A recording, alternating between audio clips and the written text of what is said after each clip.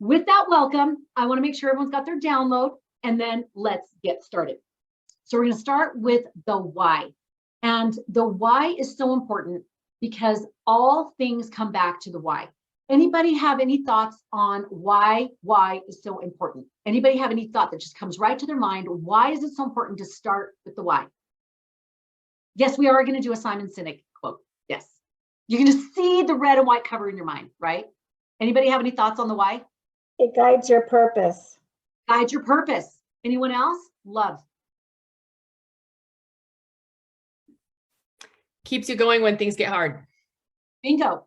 You will be in the ring if you know that purpose and you know the why of speaking. And believe me, if you end up wanting to be an actual speaker of something, there's the highs, the lows, and all in between. And it's that driver that says, I know that I'm called to do this and I feel compelled to keep going no matter what. And we see this from the scriptures. I am a member of the Church of Jesus Christ of Latter-day Saints. And so I'm going to give lots of references from the Bible and the Book of Mormon and different scripture and conference talks. But I love how when you see a Samuel the Lamanite, and he was trying to teach the people, and what happened? They don't want to hear it. They're like, out, ye heathen, right? He left. And then he gets the whole thing of, hey, you need to go back. And this time you're going to have to find another way. So he goes back and he can't get in the same way. So what does he do? He climbs up on the wall. Only the why would drive that, right? Otherwise he'd be like dusting my feet off on you guys. But he gets up on the wall and he keeps delivering his message until he is done. And that's what we do. That's how we roll.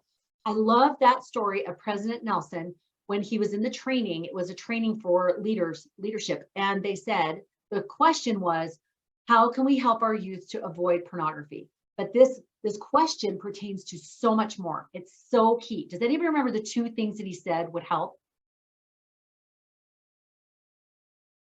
He said two things, purpose and identity. That's the why. So as a speaker, when you know who you are and what you're to do, essentially what you're to speak about, then you've got that core driver. Then you've got the why. And then all the things that come after that, you don't need to worry about. I love this from Simon Sinek. He says people, now he uses the word buy, but I've added buy into, because not necessarily selling something, but a cause or a project or something that you're passionate about and you feel compelled to share. He says people don't buy into what you do. They buy into why you do it. And what you do simply proves what you believe. So think about that. And once you hit the why and you get that right, then it's almost like you're going on the roller coaster and you're going in, you're sitting in a little thing and you start to go up. But then you remember that feeling when you start going up the roller coaster and it goes, shh. Then you hook in and you're like, I'm in for the ride. Now I know for myself, I've been doing pieces of this for years, almost 30 years, speaking and writing, 18 books. I'm not being like, wow, but I mean, I've had a few experiences and doing TV and radio for KSL and writing for Deseret News and all of these different experiences, podcast hosting and blah, blah, blah. And then I felt like I'm doing good things. I got this life tool belt. I'm doing good things, but there was something missing and I couldn't figure out what it was. And then a couple of years ago, I get this divine download of, I need you to train the trainer. I need you to now take everything you've learned and you thought it was going to be for this, but it's not. I want you to do it for this. And I want you to teach the women how to do these things, speaking, writing, and how to effectively be on media, just like Elder Bednar's asked us to do. So think about when you know what your why is. For me, that just niched everything down. I just went, oh, I know exactly what I need to do now. And as soon as I did that, the traction went. So your why. Very important to know the why. I wanted to share about Ashley, one of the gals that came into, I do retreats and I do leadership circles. So when I say DTL, that's Disciple Thought Leader. So Disciple Thought Leadership Retreats and Disciple Thought Leadership Circles. So now I can just do the acronyms, you know what I'm talking about. So she came into our DTLC leadership program and she started off like, oh, I just want to help moms with littles and things like that. But the more that she got down to her why, the more she realized she wanted to help mompreneurs avoid burnout. And that's what she started doing. Now she's interviewed 60 women. Now she's working on a book. She's certified as a speaker. And now she is moving forward in a very clear, niched way. So that's the why. So I want you to take this message and I want you to see right here. It's going to be one why you speak. Day one, why you speak. Create your speaker statement to identify your purpose and desired outcomes. So when we finish today, you're going to be able to have a speaker statement that helps you know what it is, the why and the what that you are going to speak. And the why and the what are companions. So I'm going to skip now to the what, because I want you to just jump right to the what. Once you have the why, then it naturally feeds out into the what. So before we do that, just really quickly, does anybody already know their why? Anybody know why they feel so compelled to speak? A lot of times we don't. We're just like, I don't know. I just feel it. I don't know what's going on. I'm trying to figure that out. But does anybody know their why already?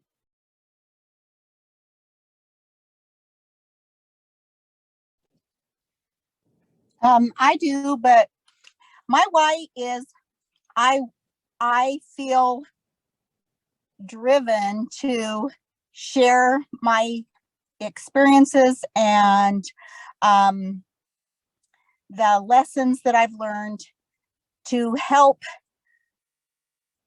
lift and edify other women in my age category to continue to move forward, to be edified and feel that their life is still moving forward. Meaningful. They still can contribute and in Yes. really powerful ways. I love that, Sid.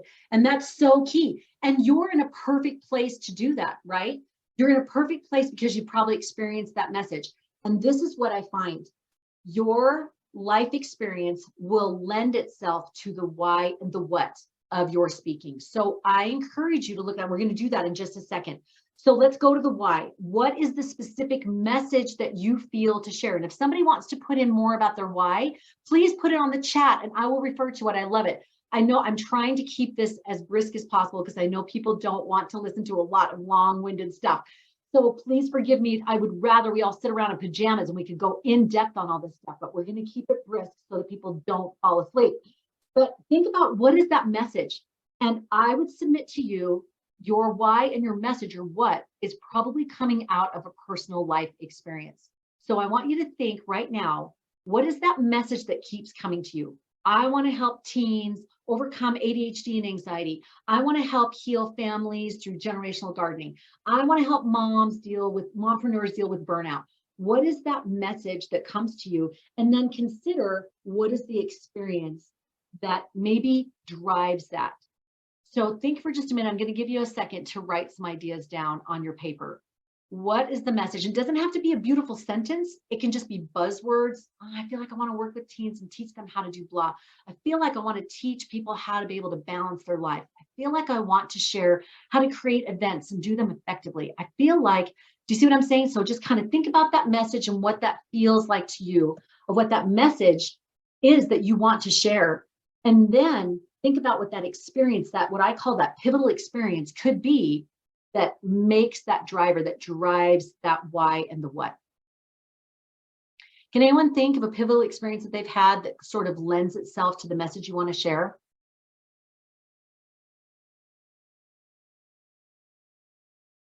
Jordan.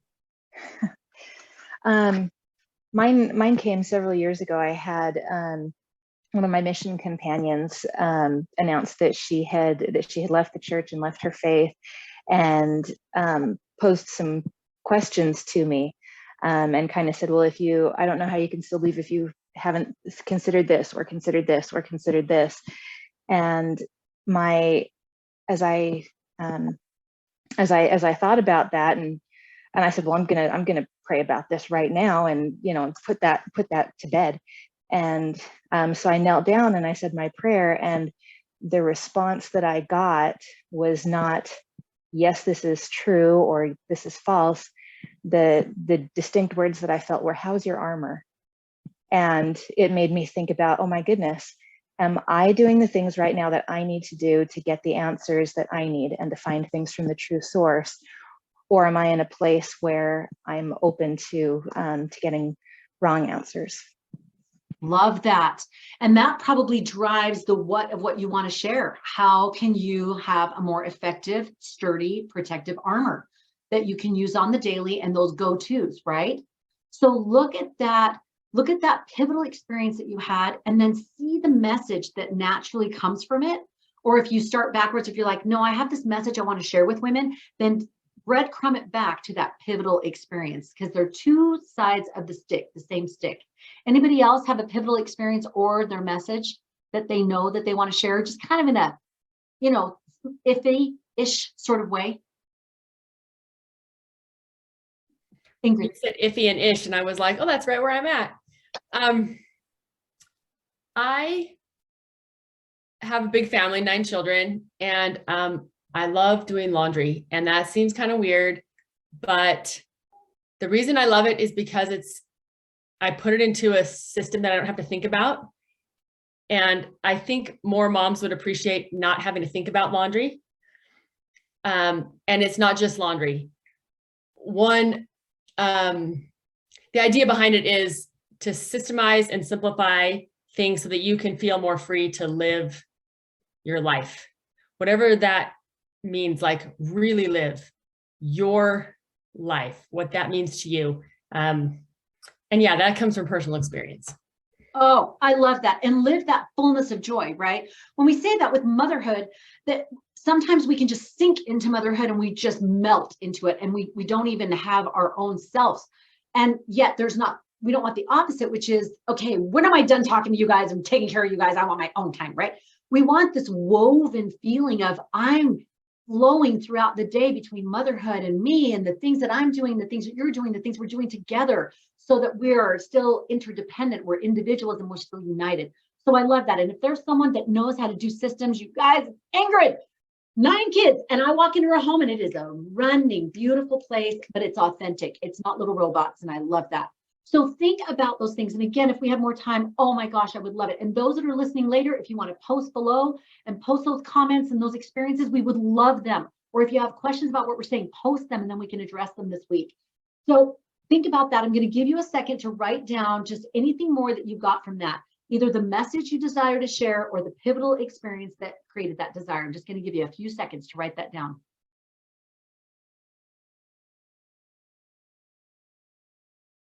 Again, just use buzzwords if you need to. Don't need to be literary. Just get it down.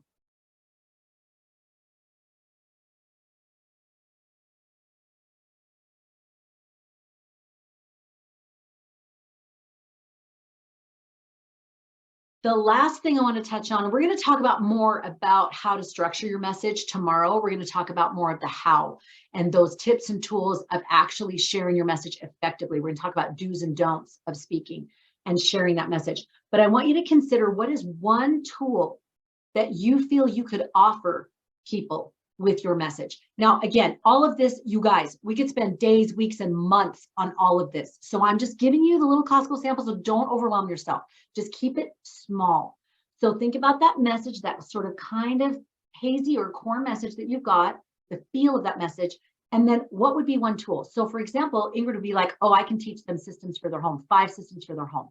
I could teach how to do laundry, cooking, and cleaning, and whatever, and homework, and how to systemize that. So I've got those tools that I could do. And even if she just came up with one, just how to help your laundry be more systemized, that's one tool.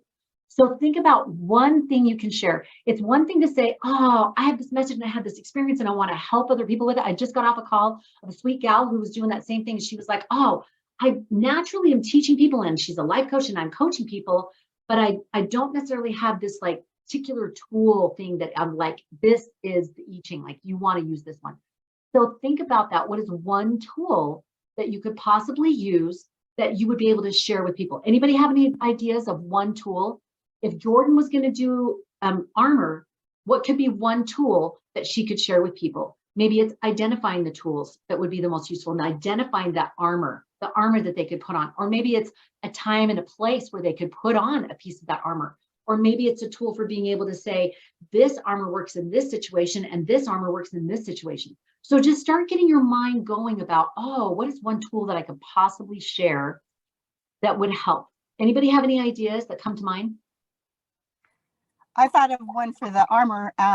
About 10 years ago, I created a shield, and I made it out of clay because I sculpt, and it all had meaning. It was shaped like a shield, and it had a big V on it for virtue, and on the V there were different letters that stood for honesty, integrity, and different things.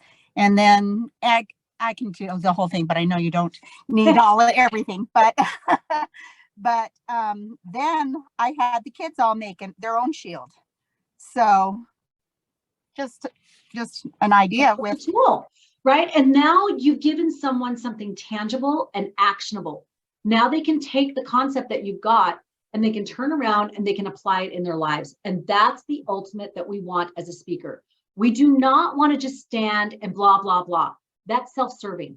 We want to help people ultimately transform their lives. And that's what the Savior did, whether he was talking at the well, whether he was talking in the street or on a mountainside or a hillside, it doesn't matter. Whatever he was doing was giving them the opportunity to transform. And he gave them actionable things. Go and sell all that you have and give it to the poor, right?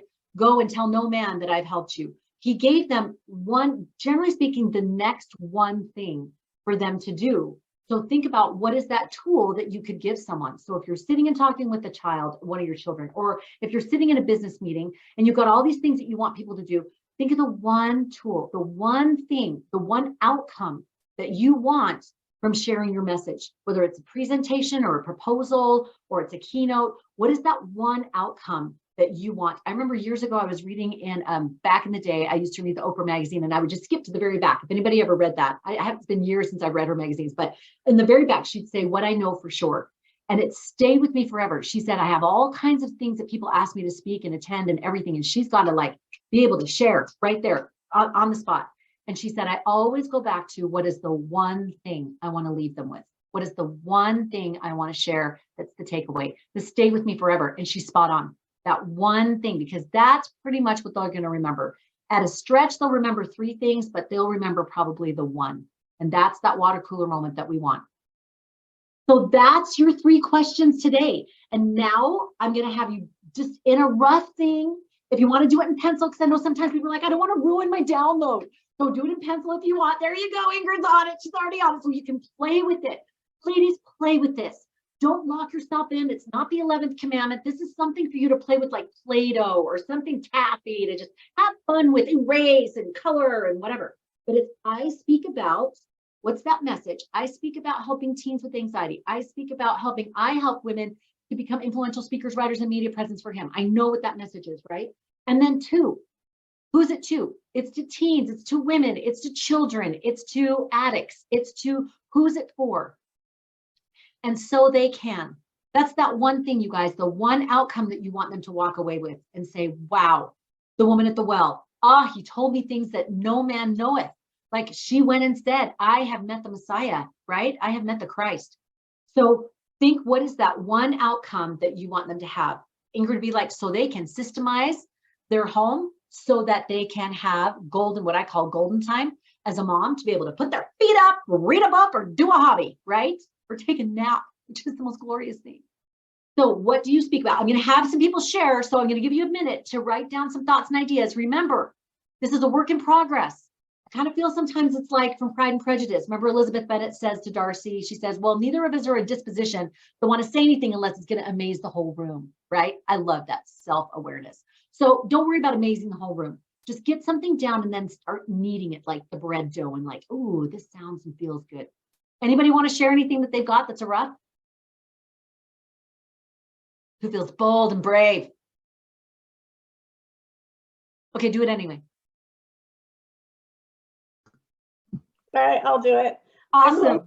I'm homesick, so I'm great for me because I get to enjoy this. All right. I speak about God's love through novels so they can ponder and draw closer to God. That's beautiful. Okay, this is what we do in here. We go like this to say celebration, good job. Everybody, hands up. Woohoo! Jazz hands, jazz hands. I love it. That's wonderful. Anybody else want to share?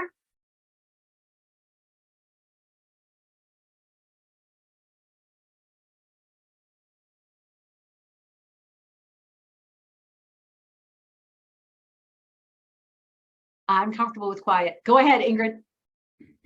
Okay, I speak about simplifying and systematizing to maybe women, to maybe to moms, so they can love their life and feel free to live it. Love it. That's so great. And you're going to give them that whole feel of, ooh, how do you love to live your life? What does that look like? And give them the dangling carrot. So then they go, okay, wait, how can I have that? I'm going to be willing to do the pieces behind it. Anyone else want to share? And for those of you watching later, put them down, put them in the chat. Remember, every time you comment on the chat, you get entered to win. Every day, it's our Amazon gift card and then Friday swag. And I'm going to announce the cool Friday swag that's awesome that you want to enter to win. All right, Adrina. Andrina, did I say it right? Yeah. Okay. It's vague, but it says, I speak about gospel topics to gospel learners so they can have impactful stories that will impact them and others when they tell it. I know exactly what you're doing. You're going to help them with those gospel stories to be impactful in the sharing of them, right? To help strengthen people's testimony, most likely. I love, and you're welcome to put it in the chat on the side. I'm happy to read that if you'd rather and prefer that. Okay, anybody else want to share? Okay, I would love, we have one of our very own Disciple Thought Leader ambassadors here today, Amanda Powell, and I invited her on so she could share some thoughts about this concept, what it's been for her and her experience in doing. So I'm going to turn it right over to Amanda. Hi, ladies. Oh my gosh, I'm so excited to be among you guys today and to talk about this very topic. I have been with Connie. I was one of her, the very first, right? Very first that when she had started this program, I was one of her first ones. And the outcomes in my life have been absolutely amazing. I always knew there was something and I just could not figure it out. And I just kept feeling, why am I not satisfied? Like I love the career that I'm in. I love doing what I'm doing. But yet there was something inside that I just was like, there's something more. I need to be doing something more with this. And so I started a little business on the side, but I was not getting traction with it. And once I started with Connie, I realized that I was not clear about my message. And that was the first thing that I definitely had to do. I had to niche down. I had to get clear. I had to figure out what my message was. Who was it? What was I doing? Why was I doing it? And what were going to be those outcomes? And so I niched down and I got very clear on that. And then the next thing that I figured out was, how am I going to get my message out? Like how do I want to share this with people? And it was definitely through speaking. And I knew I needed to hone in on those skills. And since I have been certified with Connie as a DTL speaker, it has made such a change in every area of my life, right? Like my career, I have went from teaching in the classroom to being in a district office position where I am now presenting every other month to educators. I am teaching them the why. I'm teaching them why it's important, what we need to be teaching, how we need to, like, it's been so incredible. And every single time that there's 4 of us that do presenting, and all the educators have said to me, you're the one that we come for. And you guys, it's amazing when you really figure out how to get that message out in a way that is effective and that moves them to action. It has been incredible. It's just been incredible. Oh, I love that. And I see that. Even just taking some of these tools and putting them into practice, there is such a significant difference between just talking about a message or talking about something you're trying to talk about and effectively sharing your message so that your audience, whoever it is, a child, a group, a stage, a big conference, that they connect with your message and they are motivated to, like she said, act on that message. And isn't that why we want to do it? Just kind of bookending with that original concept. So thank you so much for sharing. So go with this, play with this, have fun with this, and just find your sweet spot of the speaker statement.